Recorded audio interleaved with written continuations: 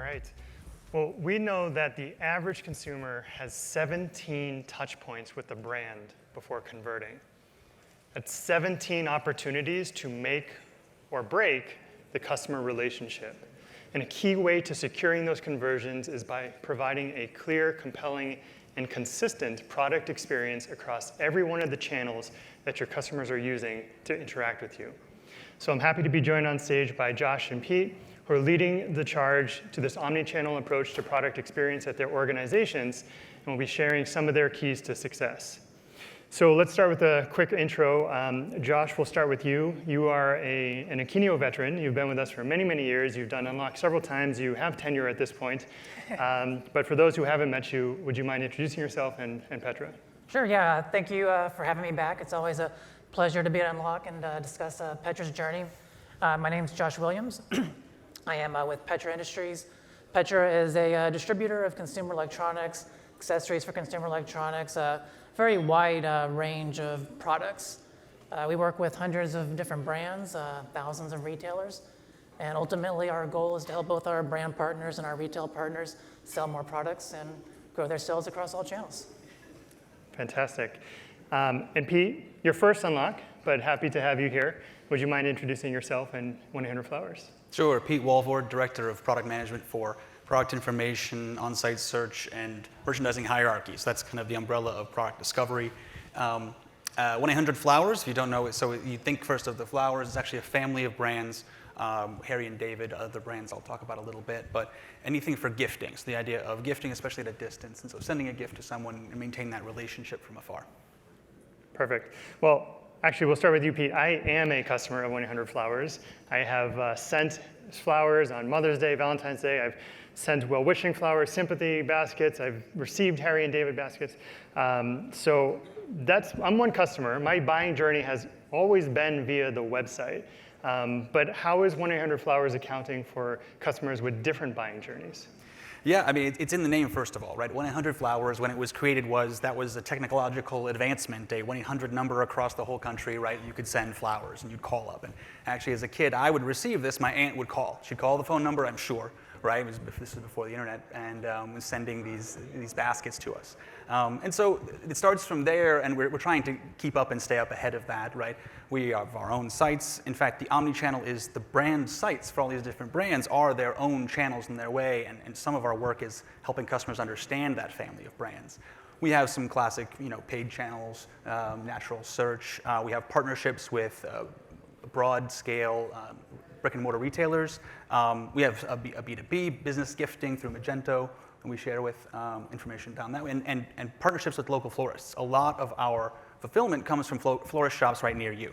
And so that's where all this information is going to these different channels to end up getting those gifts. Wow.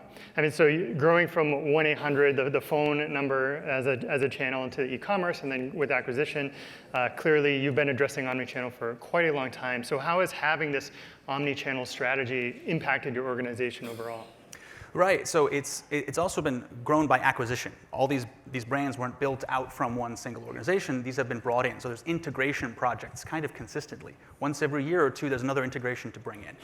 When Akeneo was implemented, before I began, I'm a newbie to Unlock and to Akeneo, about 6 months in the role, 6 months in Akeneo. When it was implemented, it was to help bring these brands that had done things so differently across the board as their own organizations together. And so it's consistent work to be integrating new brands, and building the right processes will be even more important to handle the increased flow and increased assortment growth that we're planning, also across kind of distributing through a marketplace process as well. Yeah, so we're talking a lot about the interaction that customers have with your brand, but obviously behind all of this, there is technology that is fueling this, Akeneo obviously, but what are the other systems in your tech stack or ecosystem? How are you supporting all of these different channels that you're talking about here? Sure, so we send information to Magento for our business gifting. Internally, I'm also sending the information to search and the merchandising hierarchy and the filters we have on the site, and so that combination is an important focus for us to group that together. We work with Feedonomics, a company that sends information through feeds for paid ads and various other kinds of feeds. And new partnerships we're planning with some new large-scale broad retailers I can't quite name, but yeah. Yeah. Thank you. I want to come back to some of those points in a minute, but Josh, I want to turn to you here because we're hearing more of the retailer perspective, but as a distributor, is your approach to omni-channel any different than what we're hearing from Pete? Yeah, so I think everybody's approach is customer-centric, of course, but we kind of think about that on a couple of different levels as a distributor. So we're working with many of the large big box national retailers. They all have their own omni-channel initiatives, their own omni-channel strategies. So we have to be able to support all of their strategies with the correct product information, content, digital assets, so their consumers are getting consistent experiences across all of the channels that they are supporting. And then next to that, we have our own omni-channel strategy. So we have our own customers who come to our website, purchase from our e-commerce site. We have a local storefront, a retail storefront that our customers can come and browse for products, pick up orders, that sort of thing. And then we have a marketplace channel that we are sending all our product information into. And so ultimately, our goal is to keep the experience consistent across each of these channels, whether it's our direct customer or our customer's customer. We need to make sure that the information is accurate, consistent, and that whoever the end customer there, be that a consumer or a business, they have the information they need in order to make a purchase. And I find that so fascinating that you, as a brand yourselves, you are managing your own omni-channel strategy. You have retail, you sell to consumers, and in addition to that, you're supporting the omni-channel strategy of the retailers and of the brands. And so you are really this omni-channel strategy here, which is quite fascinating. So you mentioned some of those different channels, and from a technology perspective for you, what is supporting this sort of complexity? So from a technology perspective, of course, Akeneo is at the core of it. For us, product creation begins at Akeneo. So whenever we bring a new product into our ecosystem, it starts with an Akeneo. We enrich it there, prepare it for sales channels, and once it's ready, then it is released into our ERP, and we have a kind of a two-way sync there so that information is staying consistent between our ERP and Akeneo. But so anywhere we send product information, be it customer-facing or like a back-end business solution, it's coming from Akeneo in some shape or fashion. So a few examples of that, we use Ecommerce for our e-commerce site. We have a connection from Akeneo to that platform that sends our product information there. We use Feedonomics for our marketplace channels. So that's feeding Walmart, Amazon, Target, a few channels like that for us. And then we have quite a few internal systems as well that help us with first-party activation with our retail storefront and with print. So we don't produce like an annual print catalog, but we do produce flyers for, we go to a trade show or something along those lines. We have print material that we bring, and Akeneo, the product information from Akeneo feeds that. A few other things, it powers the search experience on our website as well. That's been something we've worked very hard to optimize, and and all of our backend systems for shipping, logistics, Akeneo is a source there. So anywhere in our ecosystem that we're sending product data, Akeneo is going to be the origin of that. Yeah, and it seems very well connected. And so knowing where you are today with all of that complexity, was this the vision way back when? Was it always the plan to get to this state, or how did your original plan when implementing Akeneo and these technologies evolve? I would say it was always the vision, but we didn't have a roadmap for how we were going to get there. We brought it into the organization really for our e-commerce storefront originally. Like, we needed to be able to really build out our taxonomy. We had essentially what we'd call a single family within Akeneo. We didn't have any product-specific information. So we wanted to create better product experiences on our own site, get the categorization right, the taxonomy correct. But we also knew that there was going to be applications down the future, that there were going to be a lot of more use cases for this. And so we knew we wanted to do all that. We didn't necessarily know how we were going to get there, but we kind of just took the MVP approach, like, let's get this in the building. I would say one thing we did do to help facilitate that was to make Akeneo the center of product creation once we brought it into our ecosystem, because it became an integral part of our product flow. And so it became easier to add more and more onto that into the future because it was already the source of truth for most of our product information at that point. Right, and I like that concept of building more and more over time, and that crawl, walk, run approach, of course. So Pete, we'll come back to you. I mean, we're talking from their side, growing their strategy piece by piece. 1-800-Flowers, growing through acquisitions, also growing piece by piece, expanding your catalog. So how have you continued to manage, bringing in more product data, but maintain that consistent experience across all of these channels that you're supporting? Right. I spoke about the integration of new brands, but there's also a push within our company is to add more of our marketplace products that we call the marketplace in the sense that we becoming more of a distributor of gifts. And so it's all about people, process, and technology, right? We're getting the teams in place, we're understanding the right processes and guardrails for keeping the data cleansed overall. And so the technology is a keynote here in the center, which we are still in the process of making truly the source of truth. I'm excited for workflows to set those a little more consistently. And what that serves in the end is for our customers they're in a gift-giving situation. And so giving them that confidence and all of their touch points that what they're getting for this person who's far away from them is going to meet their expectations, actually meet the expectations, and make joy in the relationship they have with that person they're sending it to. Yeah, I really like the way you frame that of you want to be that gifting destination. Your customers are coming for that purpose of giving gifts. Mm-hmm. And so then your mission is to make sure that when they're coming to you once for that purpose, for multiple times, mm-hmm. that they have that same mentality, that same experience that over time, and you keep it consistent. As it's growing by acquisition, do you have any recommendation for other brands that have grown by acquisition or are growing by acquisition in terms of how to maintain that experience? In terms of how to maintain the experience? You mean kind of, tell me more, sorry. Yeah, so you've brought on more data. Your catalog has expanded. Yeah. You're supporting different types of products. So how much does that variability in the products you're supporting, how has that impacted overall your ability to maintain that consistency?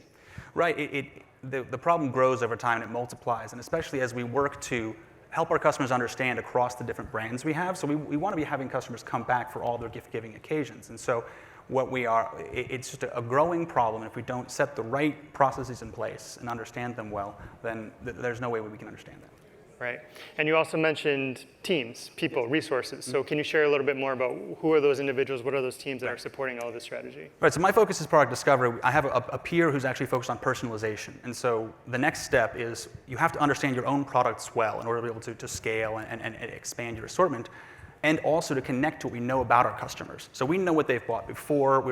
And so I have a partner I'm working with closely who's focused just on personalization, that we understand what they've bought before, what they've searched for before. We're using various techniques for understanding how customers purchase and understand within any one single view. And so the connections between those, if you don't start with your own knowledge of your products, and you can't understand where your assortment should grow or wouldn't grow, right? And if you don't understand your products well, you can't connect to what your customers have told you, what you know about your customers, and bring that together into a single recommendation that's going to serve their purpose. And so often customers are coming on February 13th for flowers for Valentine's Day. And if you can't recommend that quickly and make that person they're trying to send something to happy, you need to be bringing that information together. And then when they come back to you, you're serving up core understanding of the products, but then connecting to our past experiences with them. Right, which is exactly the heart of Omni-channel, of maintaining that consistency across all those channels. So Josh, I'll ask you a similar question in terms of the teams that you have at Petra that are supporting this strategy. Can you share more about how that's set up? Yeah, so our team that works directly in Akeneo, our enrichment team, it's 5 people today that are handling all of our product content, our product specifications, our digital assets, our images, videos, everything that we need to support these product records. And one of the things that I think Akeneo's let us do is operate kind of efficiently in doing that. We are a mid-sized distributor, so we have to be very careful with our resources. We need to be agile and efficient. Efficiency is really the key for us, and being able to maintain a reasonable team size and still support the thousands of products that we're supporting is definitely key. And I'm excited to see on the workflows and the generative AI, some of that's going to help us out there as well too. So. Yeah, those are pretty exciting new capabilities. So this is maybe the hardest question here, is for you to think back pre-Akeneo, which was 7, 8, 9 years ago, I think. It's been a while. It's been a while. So what was your experience like as you were working before Akeneo and starting to think about Omni-channel? What were the challenges that you faced back then? Yeah, so like I said, it's been 7, 8 years, somewhere in that time frame since we onboarded Akeneo. But I think kind of the challenges we had are probably some of the same challenges that are bringing Akeneo, or bringing people to PIM and Akeneo today. So probably first off is just data consistency. Different departments within the company owned different parts of the product record. There's a lot of spreadsheets being transferred between our marketing department, our sales department, our merchandising department, and you would run into cases where the spreadsheets don't agree, and so you had to figure out which one of these is actually the correct and accurate piece of information, and then make sure that everybody else got that information as well, so that we were being consistent and accurate. Secondly, we would have a lot of duplication of work. So as we are moving our products into different channels or different retailers, they all need the same product information, but we'd have a team working with this retailer and a team working with this retailer, and they would both be trying to build on the same information, but going back to our brand partners and requesting the same information. So there was a lot of just duplication of work, a lot of confusion from our brand partners because they'd get the question from multiple people, that sort of thing.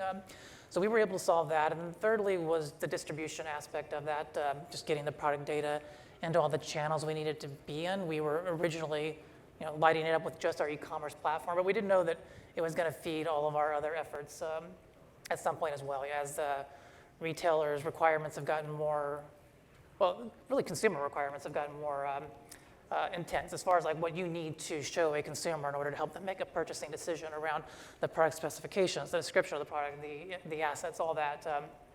It's only going to get more complicated from then and from now, and we knew that it was going to become more and more problematic to get that data out there, and so that was another reason that we were looking at Akeneo early on. So a lot of Yeah, and I imagine you talked about duplicated efforts, talking to your suppliers and duplicating efforts, but I imagine you were probably pretty ineffective at creating a consistent experience across all of your channels when you have different people managing each of those channels. Yes, I mean, definitely. So we'd have a product on our own website, on different retailers' websites, and we would certainly run into the case where a product title didn't agree between them. This one says black and this one says gray. In that case, you can look at the product and you know what's right, but there are more complicated examples of that where then it's a back and forth with our vendor partner, supplier, to figure out well, what is correct? And then once we know which one is correct, then each one of those teams responsible for those different channels, they all have to make the update. Whereas, today we can make that update in one spot. And at least we always have a place to go back to and look at. We know this is the authoritative, correct version of the product. It might be wrong here and here, but at least we have the correct information here, and then we can fix it in those channels a lot more efficiently. Right, which is kind of back to a point that P was making earlier about having ownership of your data, understanding the core source of truth, and from there you can grow and expand, and you can identify mistakes on any of your channels. So over this time, Josh, how have you measured the success of these initiatives as you become more and more omni-channel? Yeah, so I think we look at it a couple ways now. Like I said earlier, we've been on here for 7, 8 years now, so. I tell them all of our numbers are Akeneo numbers these days. We don't have pre and post Akeneo numbers anymore, but it's a great state that we should all strive for. Yeah, I think one of the main ways we look at it now is just speed to market. So if we are going to move into a new channel, a new marketplace, it's never a question of are we going to have the product data and the infrastructure to support that. We moved into the Target Plus channel over the past year or so. It's been a really nice growth channel for us through Akeneo and Feedonomics. We were able to light that up really quickly. I mean, there are certainly challenges. It's never really quite as easy as an easy button you push, but we were 80% of the way there already. So we were feeding products into that channel very quickly, seeing return from that channel very quickly. And so that was a big win for us. And we're going through another side example of that. We're going through a CRM onboarding right now, and we had Akeneo pointed our CRM to feed all of our product data into the CRM with in less than a day. We had all that just ready and available to us in order to build out our marketing campaigns through the product feed into our CRM. So really, I think at this point, it's a lot of it is speed to market. We're much more agile. We can get products where they need to be quicker, and also maintaining the accuracy. So helping things like return rates and that sort of information. Yeah. You're hitting on our points we've been talking about, the sell faster, the sell anywhere in all the channels, absolutely. And Pete, coming back to you, so what advice do you have for others that maybe haven't quite hit this omni-channel nirvana yet, and things to do and maybe also things to avoid? Yeah, so I think this is advice for thinking about omni-channel excuse me, and also for where PIM data sits within any organization, the idea that it's a balancing act. And so that often a PIM gets implemented for one purpose, one channel. And so if you over-index on just that channel and what its needs are and the people there who are already your champion, you may not be able to use it for other channels the same way you'd like. That there's a sense of stewardship of the data itself, and that there's library science in how you manage that, and you balance the needs. You have to understand, like my natural search friend is really excited for the new structured data we're going to be building, right? And at the same time, this brand for their site needs it to look a different way and another way. And so balancing across, hearing them all asks, downstream and upstream, the product information is coming from, you sit in the middle. And so over-indexing on one will cause you to have problems across the various kind of pushes and pulls you have, and across different channels. It's critical for that consistent experience across is to balance. You serve them all, but you have your own understanding of that data stewardship. You're preaching one of our core philosophies here, which is to make sure that you as the brand, you manage your product data. Like you are not tied to the destinations of where you're pushing it on any channels. Of course, you need to support them, understand their constraints, understand what formats they need, but it is your data, and it should be agnostic of that, and that allows you to scale much easier, as Josh was just stating earlier. So with that, we'll just share a few of the key takeaways of some of the points that we talked about. The first one on here was the last point we were just talking about, that you don't want to focus on just one channel. E-commerce is very often the start, but you want to make sure we're supporting all of the channels that happen before the purchase as well as after the purchase. Starting with the strong foundation of a product model does allow you to grow much faster over time. And ultimately, these consistent experiences with the compelling product data will help your sales, help you grow, reduce returns, some of the points that you just mentioned at the end, Josh. So I want to thank you both for sharing your insights, very valuable stuff. And with that, I'm going to turn it back over to our hosts. Thank you.